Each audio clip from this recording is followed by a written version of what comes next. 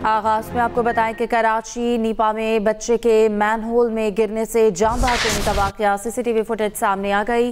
Footage में बच्चे को खुले मैनहोल में गिरते देखा जा सकता है। 3 साला इब्राहिम अपनी मां का हाथ छुड़ाकर बाप की जानिब भाग रहा है। बच्चे के गिरते ही मां और बाप मैनहोल की जानिब बढ़े। मां बाप और करीब मौजूद अफराद मैनहोल में बच्चे को तलाश करने लगे, जिसके ये मनाजर आप भी देख सकते हैं। और बच्चे ये वीडियो ना देखें ज़्यादा बेहतर है। और इस सिलसिले में आपको बता दें कि कराची नीपा में बच्चे के मैनहोल में गिरने से जान बहक होने का वाकया सीसीटीवी सामने आ गई है। फुटेज में बच्चे को खुले मैनहोल में गिरते देखा जा सकता है।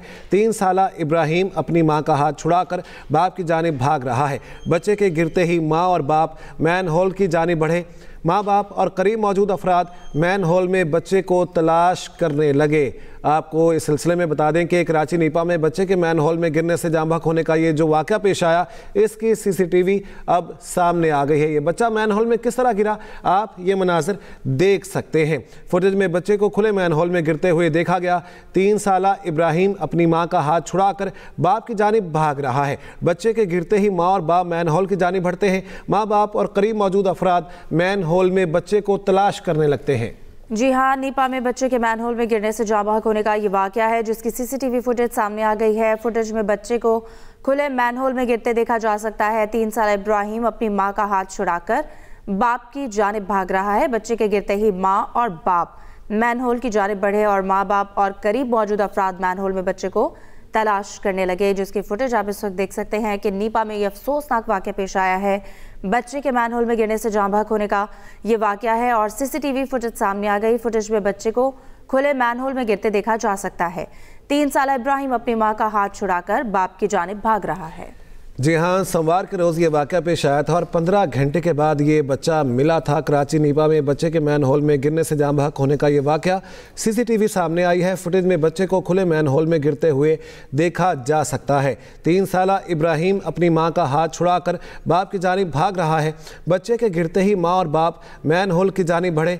माँ बाप और करीब मौजूद अफराद मैनहोल में बच्चे को तलाश करने लगते हैं, जिसके ये मनाजिर सामने आ चुके हैं। आप देख सकते हैं कि ये 3 साला इब्राहिम किस तरह मैनहोल में गिरा और उसके बाद माँ बाप और करीब मौजूद जो अफराद हैं उनकी जानिब से ये कोशिश की जाती रही कि किसी तरीके से बच्चे को निकाला जा सके, उसको तलाश किया जा सके।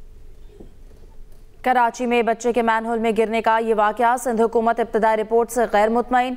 वज़ीर आला सिंध मुराद अली शाह ने आला सतह इजलास तलब कर लिया। ज़राए के मुताबिक इजलास में वाक़े की तहकीकात के लिए कमेटी कायम किए जाने का इम्कान है। कमेटी वाक़े के जिम्मेदारों का तयन करके रिपोर्ट वज़ीर आला को पेश करेगी। वज़ीर आला सिंध मुराद अली शाह ने आला सतही इजलास भी तलब किया है। इस सिलसिले में इजलास में वाक़े की तहकीकात के लिए कमेटी कायम किए जाने का इम्कान है। जायज़ा लिया जाएगा कि इस वाक़े के मुहर्रकात क्या थे और कौन इसका जिम्मेदार था।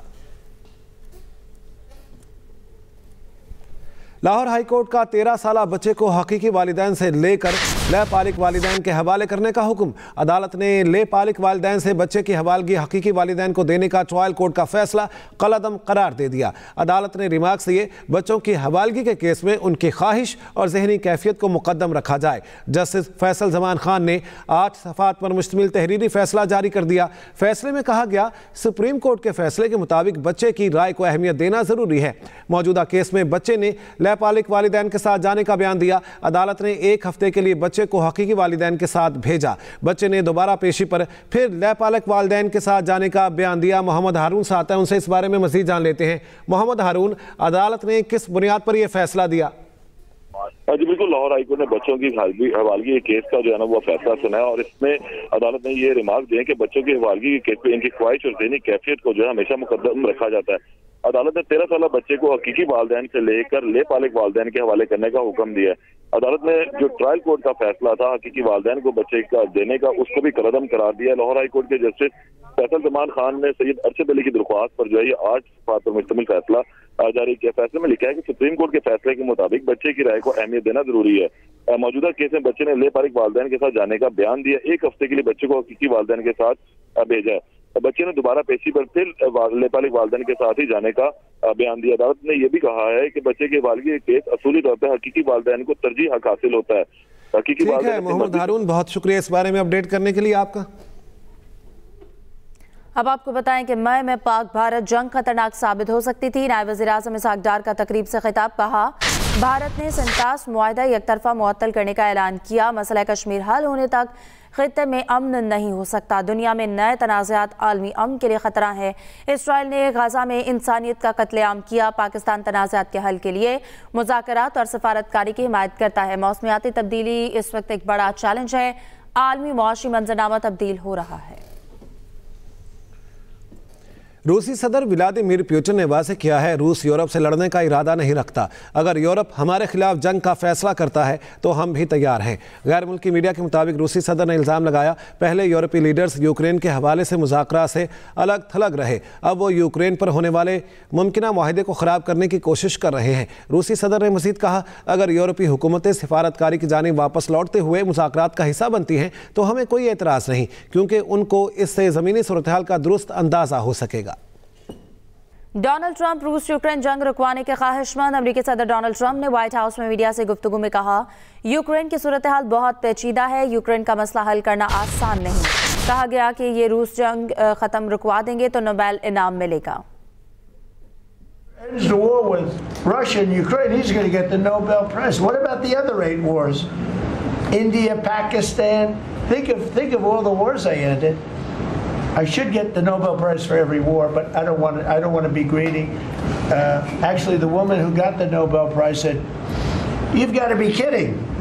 Trump deserves the Nobel Prize." So that was very nice of her. I appreciate it, which is true, actually. But I don't care about that. You know what I care about? I care about death.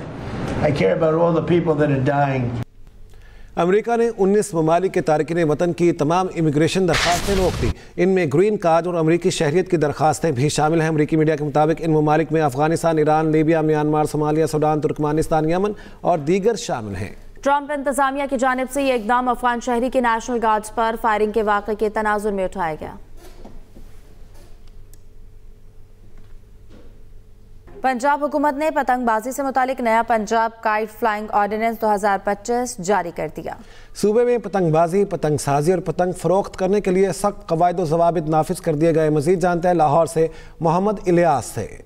Punjab kite flying ordinance 2025 जारी। पतंगबाजी deputy commissioner की इजाज़त से मशरूत। पतंगें बनाने और फरोख्त करने वालों के लिए रजिस्ट्रेशन लाजमी करार। पतंगबाज तंजीमों को भी बाकायदा रजिस्ट्रेशन के बाद लाइसेंस जारी किया जाएगा। हुकूमत ने 2001 में नाफिज करदा पतंगबाजी पाबंदी आर्डीनेंस मुकम्मल तौर पर मनसूख कर दिया। ताहम साबक आर्डीनेंस के तहत किए गए तमाम इकदामात को दुरुस्त करार दिया गया है। नए आर्डीनेंस के तहत हुकूमत और डिप्टी कमिश्नर को इख्तियार होगा कि वो मखसूस दिनों, औकात और मखसूस मकामात पर गैर ख़तरनाक मवाद के साथ महदूद पैमाने पर पतंगबाजी की इजाज़त दे सकें। ताहम आर्डीनेंस में गैर ख़तरनाक मवाद की वाज़ेह तारीफ शामिल नहीं की गई। आर्डीनेंस में पुलिस को वसी इख्तियारात दिए गए हैं। सब इंस्पेक्टर रैंक का पुलिस अफसर बगैर वारंट गिरफ्तारी कर सकेगा, किसी भी जगह दाखिल होकर तलाशी ले सकेगा और ममनुआ सामान कब्जे में लेने का मजाज होगा। Mohammad Ilyas, Express News, Lahore.